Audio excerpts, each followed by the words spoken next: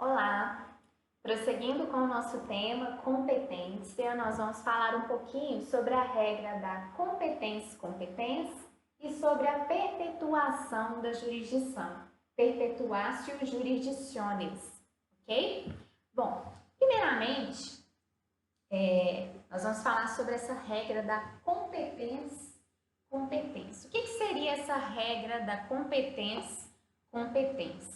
Bom, todo juiz, ainda que ele seja absolutamente incompetente, ele terá uma competência mínima, que é julgar a sua própria competência.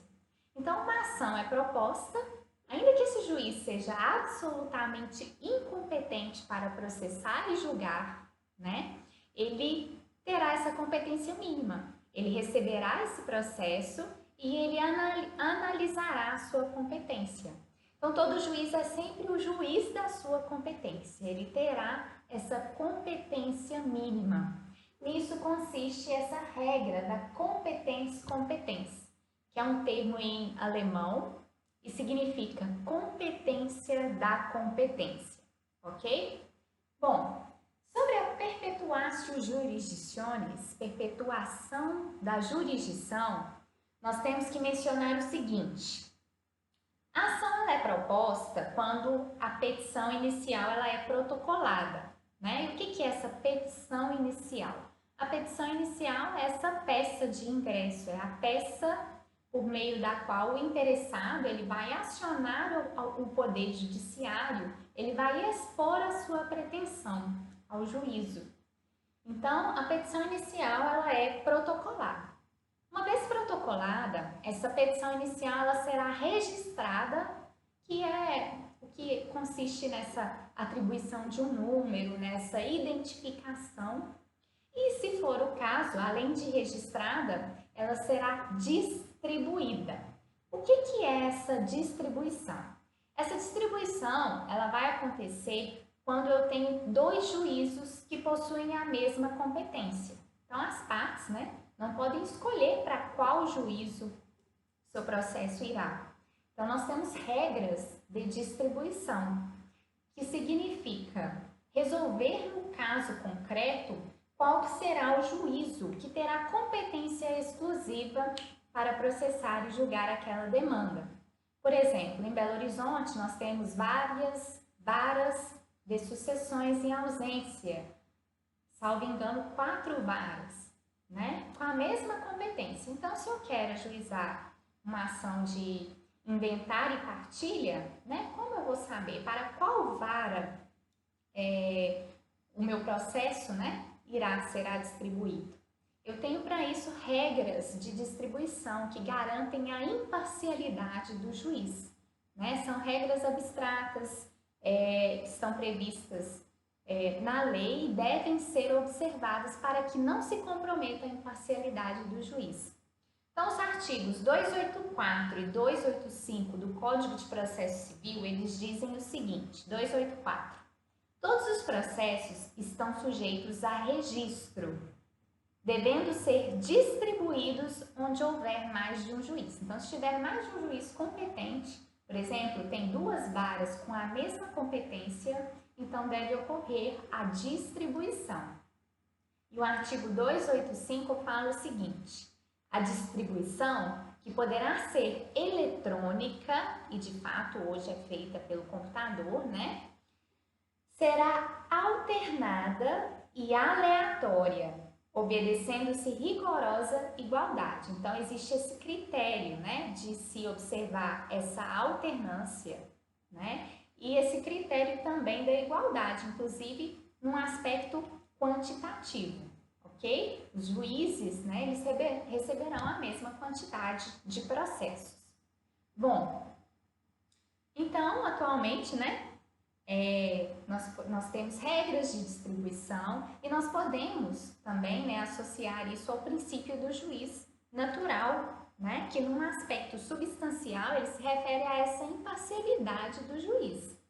Então, quando nós estamos nos referindo ao princípio do juiz natural num aspecto substancial, que se refere à imparcialidade e à independência do juiz, nós podemos afirmar que as regras de distribuição, elas garantem essa imparcialidade. Então, se essas regras de distribuição forem violadas, nós estaremos aí afrontando o princípio do juízo natural, ok?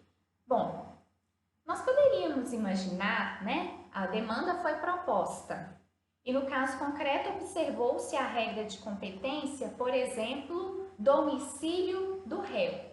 Então, a regra foi observada, a demanda foi proposta, né, no domicílio do réu, no caso, por exemplo, Almenara. Então, observada a regra de competência, o réu domiciliado aqui na comarca de Almenara, fixada essa competência, e aí, né, se esse réu muda para Belo Horizonte, essa competência será alterada? Não, essa competência já foi fixada e ela não será alterada.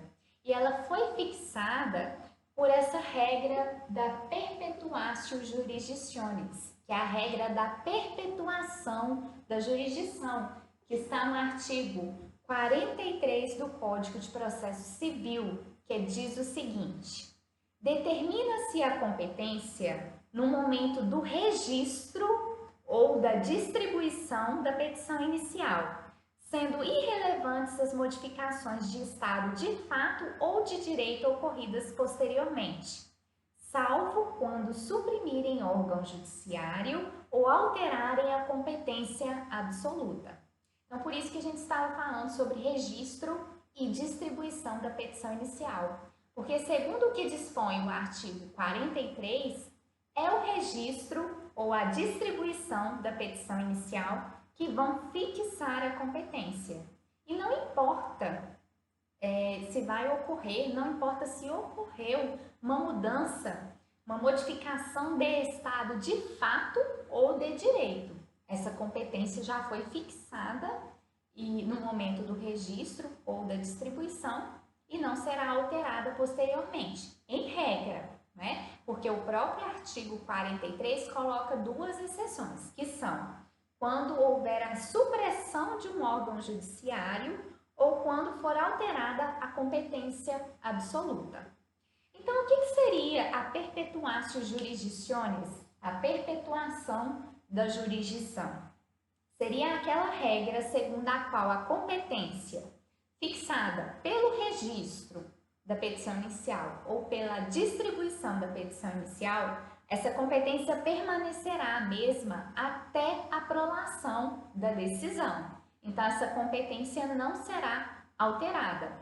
Então, se eu tenho o réu é domiciliado em Almenara, a competência foi domicílio do réu e ele se muda para Belo Horizonte, não haverá uma alteração da competência em virtude da modificação desse estado de fato, que foi essa mudança do réu. Mas a lei também, o artigo 43, ele fala que não importa também se ocorreu uma alteração do estado de direito. Por exemplo, a competência foi fixada pelo valor da causa e esse teto, esse valor, ele é alterado por lei. Não importa, em regra, não haverá a alteração dessa competência em virtude da mudança desse estado de direito, ok? Bom, dito isso, né, nós temos que voltar aí nessas exceções que são trazidas pelo próprio artigo 43. Então, em regra, define-se a competência e ela perpetua-se depois, né? Define-se a competência pelo registro ou pela distribuição. A competência é fixada pelo registro, a partir do registro ou da distribuição, a partir do registro ou distribuição da petição inicial. Mas nós temos exceções. Em determinados casos, ocorrerá sim uma alteração da competência. Esse processo vai ser remetido para outro juízo.